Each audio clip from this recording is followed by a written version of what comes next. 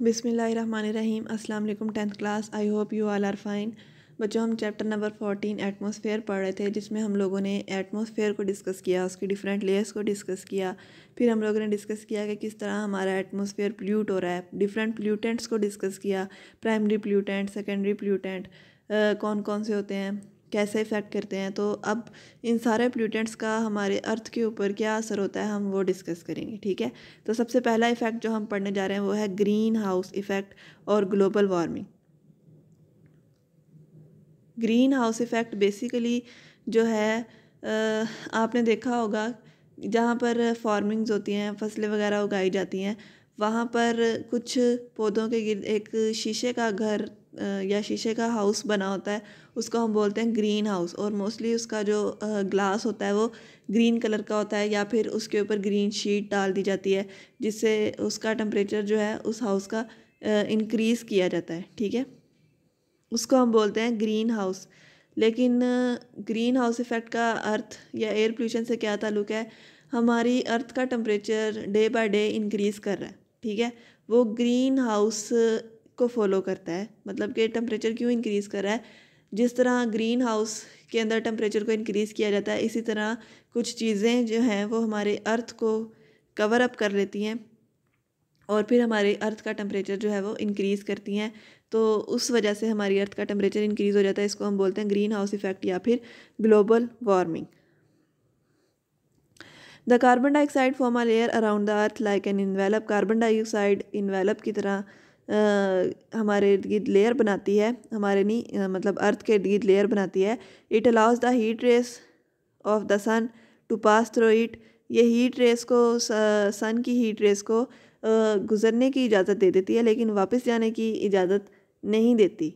ठीक है, मतलब कि हीट रेस जो है कार्बन डाइऑक्साइड की लेयर से अंदर तो आ जाती हैं, अर्थ सरफेस तक पहुंच जाती हैं, लेकिन जब ये हीट रेस अर्थ से रिफ्लेक्ट करके वापस जाती हैं अपर एटमॉस्फेयर के अंदर, तो कार्बन डाइऑक्साइड उसको नहीं जाने देती। और normal concentration of carbon dioxide layer retain enough heat to keep the atmosphere warm. इससे क्या होता है, वो इनफ हीट को रिटेन करती है, मतलब मेंटेन करती है, जिससे एटमॉस्फेयर वार्म रहता है। So normal concentration of carbon dioxide is necessary and beneficial for keeping the temperature warm. तो इसकी जो नॉर्मल कंसंट्रेशन है वो नेसेसरी है और बेनिफिशियल है, जिससे टेम्परेचर जो है वो वार्म रहता है। Otherwise the earth would have been uninhabitable. मतलब कि अगर इससे ज़्यादा हो जाए तो फिर हम यहाँ पर रहने के काबिल नहीं रहते। ठीक है, the earth's average temperature would be about -20 degree centigrade rather than presently average temperature 15 degree centigrade. मतलब कि -20 डिग्री सेंटीग्रेड एवरेज टेम्परेचर होना चाहिए, लेकिन अभी प्रेजेंट कंडीशन के अंदर एवरेज टेम्परेचर 15 डिग्री सेंटीग्रेड है। Carbon dioxide is not an air pollutant. Carbon dioxide air pollutant नहीं है। Rather it is an essential gas for the plant and as oxygen is essential for the animals. लेकिन ये necessary है plants के लिए, जैसा कि ऑक्सीजन जो है वो एनिमल्स हमारे लिए ज़रूरी है। Plants consume carbon dioxide in photosynthesis. Carbon plants जो है वो फोटोसिंथेसिस के अंदर कार्बन डाइऑक्साइड को यूज़ करते हैं एंड प्रोड्यूस ऑक्सीजन, और ऑक्सीजन बनाते हैं। While animal use oxygen in respiration, और एनिमल्स जो हैं वो ऑक्सीजन को रेस्पिरेशन में यूज़ करते हैं। And give out carbon dioxide, और कार्बन डाइऑक्साइड देते हैं। In this way a natural balance exist between the essential gases as represented here. तो मतलब कि जितनी कार्बन डाइऑक्साइड हम रिलीज़ कर रहे हैं उतनी कार्बन डाइऑक्साइड प्लांट्स यूज़ कर रहे हैं, और इन रिटर्न ऑक्सीजन बना रहे हैं। जितनी ऑक्सीजन बना रहे हैं हम उतनी ऑक्सीजन को यूज़ कर रहे हैं, और इन रिटर्न हम कार्बन डाइऑक्साइड बना रहे हैं। तो इस तरह ऑक्सीजन और कार्बन डाइऑक्साइड का हमारे एटमॉस्फेयर के अंदर एक बैलेंस होता है। ठीक है, but this balance is being disturb by emitting more and more carbon dioxide in air through different human activities. लेकिन हमारी एक्टिविटीज़ की वजह से कार्बन डाइऑक्साइड की कंसनट्रेशन जो है एयर के अंदर इंक्रीज़ हो रही है, जिसकी वजह से ये जो बैलेंस है ऑक्सीजन और कार्बन डाइऑक्साइड का वो डिस्टर्ब हो रहा है। ठीक है, ये आपको दिखाया हुआ है कि रेस्पिरेशन और फोटोसिंथेसिस के अंदर कैसे बैलेंस है कि C6H12O6 और ऑक्सीजन जो है वो एनिमल्स रेस्पिरेशन के अंदर यूज़ करते हैं और कार्बन डाइऑक्साइड और वाटर बनाते हैं, और उस कार्बन डाइऑक्साइड को प्लांट यूज़ करते हैं फोटोसिंथेसिस के अंदर और ऑक्सीजन बनाते हैं। ठीक है, इस तरह एक साइकिल चल रहा है, और अगर ये मेंटेन रहे तो ये बैलेंस में होता है। लेकिन हमारी एक्टिविटीज़ की वजह से कार्बन डाइऑक्साइड जो है वो बहुत ज़्यादा बन रही है, जिसकी वजह से एटमॉस्फेयर के अंदर कार्बन डाइऑक्साइड की कंसनट्रेशन जो है वो ज़्यादा हो जाती है। Carbon dioxide is not a poisonous gas, carbon dioxide poisonous gas नहीं है, yet its increasing concentration due to the burning of fossil fuel in different human activities is alarming. लेकिन ह्यूमन एक्टिविटीज़ की वजह से कार्बन डाइऑक्साइड की जो concentration है वो ज़्यादा हो रही है। Carbon dioxide in the atmosphere act like a glass wall, atmosphere के अंदर कार्बन डाइऑक्साइड वो एक ग्लास वॉल के तौर पर काम करती है, ग्रीन हाउस इफेक्ट करती है। It allow ultra violet radiation to pass through it but does not allow the IR radiations to pass through it. ठीक है, वो अल्ट्रा वायलेट रेडिएशंस को तो अपने अंदर से गुजरने देती है, लेकिन IR रेडिएशंस को अपने अंदर से गुजरने नहीं देती। It trap some of the IR radiations emitted by the earth. अब जो अर्थ IR रेडिएशंस को एमिट करती है वो उस कार्बन डाइऑक्साइड से बाहर नहीं जा सकती, इस वजह से वो अर्थ के ऊपर ही ट्रैप हो जाती हैं। ठीक है, hence increased concentration of carbon dioxide layer absorb the infrared radiations emitted by the earth's surface that prevent the heat energy escaping from the atmosphere। जो है heat energy को वो prevent करती हैं atmosphere के अंदर escape होने से। it helps to stop surface from cooling down during the night। ये surface को ठंडा होने से रोकती हैं नाइट के अंदर। As the concentration of carbon dioxide in the air increase less heat energy is lost. मतलब कि हीट एनर्जी जो है वो ज़ाया नहीं होती, मतलब बहुत कम ज़ाया होती है from the surface of the earth की सरफेस से। Therefore the every temperature of the surface gradually increase, जिसकी वजह से अर्थ का जो टेम्परेचर है वो इंक्रीज़ हो जाता है, मतलब कि हीट एनर्जी को बाहर नहीं जाने दिया जाता, जिसकी वजह से अर्थ का टेम्परेचर जो है वो इंक्रीज़ हो जाता है। This is called green house effect, इसको ग्रीन हाउस इफेक्ट कहते हैं। This effect is proportional to the amount of carbon dioxide in the air. ये इफेक्ट डिपेंड करता है कि एयर के अंदर कितनी कंसनट्रेशन है कार्बन डाइऑक्साइड की। कंसनट्रेशन ज़्यादा होगी, हीट की ट्रैपिंग ज़्यादा होगी, अर्थ का टेम्परेचर ज़्यादा हो जाएगा। ठीक है, greater the amount of carbon dioxide more is the trapping of heat. जितनी ज़्यादा कार्बन डाइऑक्साइड की अमाउंट ज़्यादा होगी उतनी ज़्यादा ट्रैपिंग होगी और उतनी ज़्यादा वार्मिंग होगी। Due to increase warming this phenomena is also called global warming. ज़्यादा वार्मिंग की वजह से इस प्रोसेस को हम ग्लोबल वार्मिंग कहते हैं। मतलब कि जब अर्थ ग्लोब मीन्स अर्थ के जो है और अर्थ को हम ग्लोब भी तो बोलते हैं ना, तो उसको हम ग्लोबल वार्मिंग बोलते हैं। ग्लोब का टेम्परेचर बढ़ा है, ग्लोबल वार्मिंग। ठीक है, अब यहाँ पे आपको नज़र आ रहा होगा कि अर्थ के ऊपर कार्बन डाइऑक्साइड की लेयर बन जाती है। सन से जो रेडिएशन आ रही हैं उसको ये अंदर आने दे रही है, लेकिन बाहर जाती हैं जब कार्बन डाइऑक्साइड की कंसनट्रेशन बहुत नॉर्मल है। लेकिन जब कार्बन डाइऑक्साइड की कंसनट्रेशन बहुत ज़्यादा हो गई है तो फिर वो उन रेडिएशंस को बाहर नहीं जाने दे रही, बल्कि अंदर ही इंट्रैप कर लेती है। उसके बाद इफ़ेक्ट पढ़ने हैं हमने ग्लोबल वार्मिंग के। सबसे पहला इफ़ेक्ट ये है कि कार्बन डाइऑक्साइड की एयर के अंदर एक्यूमुलेशन की वजह से एटमॉस्फेरिक टेम्परेचर हर साल 0.05 डिग्री बढ़ रहा है, और ये बहुत सालों से बढ़ रहा है, तो इसलिए अब तक काफ़ी ज़्यादा बढ़ चुका है। ठीक है, इसके अलावा मेजर चेंजेस हो रही हैं वेदर के अंदर। फॉर एग्ज़ाम्पल गर्मियाँ पहले स्पेसिफिक ड्यूरेशन के लिए आती थी, लेकिन अब गर्मियों का ड्यूरेशन बहुत ज़्यादा हो गया है, सर्दियों का बहुत कम हो गया है। Extreme weather events are occurring more commonly and intensely than previously. मतलब कि बहुत ज़्यादा इंटेंस कंडीशंस हो गई हैं। गर्मी होती है तो बहुत ज़्यादा होती है, सर्दी होती है तो बहुत ज़्यादा होती है, दरमियान वाला जो था सिस्टम वो नहीं है। फिर है उसके बाद जब टेम्परेचर अर्थ का बढ़ जाता है तो डेफिनेटली माउंटेन्स जो हैं वो भी हमारी अर्थ का पार्ट हैं, तो उनके ऊपर जो आइस है या ग्लेशियर्स हैं टेम्परेचर बढ़ने की वजह से वो मेल्ट हो रहे हैं, जिसकी वजह से फ्लड मतलब सैलाब आने के ज़्यादा चांसेस हैं। और इंटेंस ट्रॉपिकल साइक्लोन्स, मतलब कि जो डिफरेंट हमारे इन्वायरमेंट के अंदर हादसाती कंडीशंस हैं वो बढ़ रही हैं।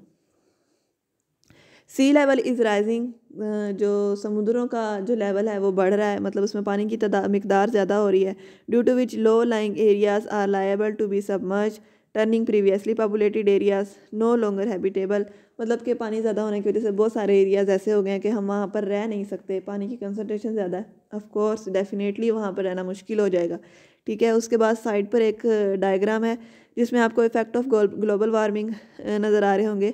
ग्लोबल वार्मिंग की वजह से जो ग्लेशियर्स की मेल्टिंग होती है, ग्लेशियर्स का जो वाटर है मेल्ट होने के बाद आपको पता है कि हमारे सीज़ और ओशंस में शामिल होता है। तो जब उसमें शामिल होता है तो सी के अंदर जो वाटर का लेवल है वो इंक्रीज़ कर जाता है। तो सी लेवल इंक्रीज़ होने की वजह से फ्लडिंग के चांसेस ज़्यादा हैं। जब फ्लडिंग के चांसेस ज़्यादा होते हैं तो वहाँ जिन एरियाज़ में फ्लड आते हैं वहाँ का एरिया ख़राब हो जाता है और लेस हैबिटेबल हो जाता है, तो वहाँ पर रहना मुश्किल हो जाता है। इस तरह हमारा जो अर्थ का एरिया है रहने के लिए वो ख़राब हो रहा है। ठीक है, इसके अलावा कार्बन मोनोऑक्साइड जो है वो एयर पोल्यूटेंट है, बहुत सारी पॉइजनस गैस है, इसलिए बहुत सारी बीमारियां करता है। कलरलेस है, ऑर्डरलेस है और इसकी प्रेजेंस को हम नोटिस नहीं कर सकते आसानी से। मतलब कि अगर एयर के अंदर ये कार्बन मोनोऑक्साइड मौजूद है तो हमें नहीं पता चलेगा कि कार्बन मोनोऑक्साइड यहाँ पर प्रेजेंट है। लेकिन जब हम उसको इनहेल करते हैं तो ये हेमोग्लोबिन, मतलब जो हमारे ब्लड के अंदर हेमोग्लोबिन है उसके साथ ये अटैच हो जाती है, बहुत स्ट्रांगली, ऑक्सीजन की निस्बत ज़्यादा स्ट्रांगली अटैच हो जाती है और बॉडी के अंदर ऑक्सीजन की सप्लाई को रोक देती है। ठीक है, जब ज़्यादा कंसनट्रेशन कार्बन मोनोऑक्साइड की होती है तो उससे हमें हेडेक होता है, फटीग होता है, और अगर ज़्यादा टाइम के लिए हम इसको कंज्यूम करें तो फिर ब्रीथिंग डिफ़िकल्टी, सांस लेने के अंदर मुश्किल होती है और अल्टीमेटली आखिर पर डेथ हो जाती है। मतलब कि कार्बन मोनोऑक्साइड इतनी ज़्यादा पॉइजनस है कि इससे डेथ के चांसेस हैं। ठीक है, it is advise to switch off coal और gas heater, cooking range etcetera before getting to sleep. मतलब कि आप लोगों ने न्यूज़ में सुना होगा कि हीटर चला के सोई थी फैमिली और सुबह को उठे तो सारे के सारे डेड थे, मतलब कि सब लोग की डेथ हो गई। वो यही रीज़न है कि इन चीज़ों की बर्निंग से कार्बन मोनोऑक्साइड प्रोड्यूस होती है और कार्बन मोनोऑक्साइड अगर बहुत ज़्यादा टाइम के लिए इनहेल की जाए तो वो गैस, हम लोग आम अल्फाज के अंदर ये बोलते हैं कि गैस चढ़ गई है हमको, लेकिन बेसिकली साइंटिफिकली प्रोसीजर ये होता है कि कार्बन मोनोऑक्साइड जो है वो हमारे हेमोग्लोबिन के साथ अटैच होती है इन प्लेस ऑफ ऑक्सीजन, और जब कार्बन मोनोऑक्साइड के साथ वो अटैच होती है तो वो बॉन्ड ज़्यादा स्ट्रॉन्ग होता है एज़ कम्पेयर टू ऑक्सीजन। जब कार्बन मोनोऑक्साइड के साथ वो अटैच हो जाती है तो supply of oxygen different body parts के अंदर हिंडर्ड हो जाता है, और फिर अगर स्टार्ट इसका हेडेक से होता है, सर घूमना और सर में दर्द होना, और लास्ट पर फिर सांस लेने में मुश्किल आती है और फिर एट द एंड डेथ हो जाती है। इसलिए ये एडवाइस किया जाता है कि इन सब चीज़ों को बंद करके सोया जाए। उसके बाद है converters should be used in automobile exhaust so that they convert carbon monoxide to the carbon dioxide. Scientist ने एक बहुत अच्छा इंस्ट्रूमेंट डिस्कवर किया है जिसको हम कन्वर्टर बोलते हैं। हमारी ऑटोमोबाइल्स के अंदर जब फ्यूल की बर्निंग होती है उससे भी कार्बन मोनोऑक्साइड बनती है, और हमें चाहिए कि ऑटोमोबाइल्स के अंदर हमें कन्वर्टर लगाया हुआ हो ताकि वो जो कार्बन मोनोऑक्साइड बन रही है वो कार्बन डाइऑक्साइड के अंदर चेंज होकर इन्वायरमेंट के अंदर रिलीज़ हो। वैसे तो कार्बन डाइऑक्साइड की भी ज़्यादा कंसनट्रेशन नुकसानदेह है, लेकिन कार्बन मोनोऑक्साइड जितनी नहीं। कार्बन मोनोऑक्साइड से डेथ के चांसेस ज़्यादा हैं, कार्बन डाइऑक्साइड से डेथ नहीं होती। हम लोग एक्सेल करते हैं, हमारे अंदर से ही बाहर निकलती है कार्बन डाइऑक्साइड। डेफिनेटली इसकी भी ज़्यादा अमाउंट नुकसानदेह है, लेकिन डेथ जो है वो कार्बन मोनोऑक्साइड से ज़्यादा होती है। इसके अलावा वो कन्वर्टर क्या करते हैं, ऑक्साइड ऑफ नाइट्रोजन को नाइट्रोजन के अंदर चेंज करते हैं before it enters in the air में दाखिल होने से पहले। Catalytic converter as shown in the figure, नीचे आपको एक कन्वर्टर शो किया हुआ है जिसमें कार्बन मोनोऑक्साइड और नाइट्रोजन ऑक्साइड को कार्बन डाइऑक्साइड और नाइट्रोजन में चेंज करके फिर बाहर इन्वायरमेंट में रिलीज़ किया जाता है। Harmful pollutant are converted to the harmless substances. ये जो बहुत ज़्यादा नुकसानदेह पोल्यूटेंट्स होते हैं उनको कम नुकसानदेह सब्सटेंसेस के अंदर चेंज करके फिर इन्वायरमेंट में रिलीज़ किया जाता है। जैसा कि कार्बन मोनोऑक्साइड को ऑक्सीडाइज करा के कार्बन डाइऑक्साइड में चेंज किया जाता है, उसको फिर अनबर्न हाइड्रोकार्बन्स को ऑक्सीडाइज करवाया जाता है कार्बन डाइऑक्साइड के अंदर और वाटर के अंदर। नाइट्रोजन के ऑक्साइड्स को रिड्यूस करवा के नाइट्रोजन में चेंज किया जाता है और उसके बाद फिर एटमॉस्फेयर में रिलीज़ किया जाता है। इस तरह एयर पोल्यूशन का एक जो इफ़ेक्ट है ग्रीन हाउस इफ़ेक्ट, वो बेसिकली कार्बन डाइऑक्साइड पर डिपेंड कर रहा है, कार्बन डाइऑक्साइड की कंसनट्रेशन पर, और फिर इसी से रिलेटेड कार्बन मोनोऑक्साइड है जो कि हमारे लिए नुकसानदेह साबित हो सकती है, जैसा कि हम लोगों ने देखा। उम्मीद है कि आपको समझ आई होगी। अल्लाह ताला आपको अपने हिफ्ज़-ओ-ईमान में रखे। अल्लाह हाफिज़।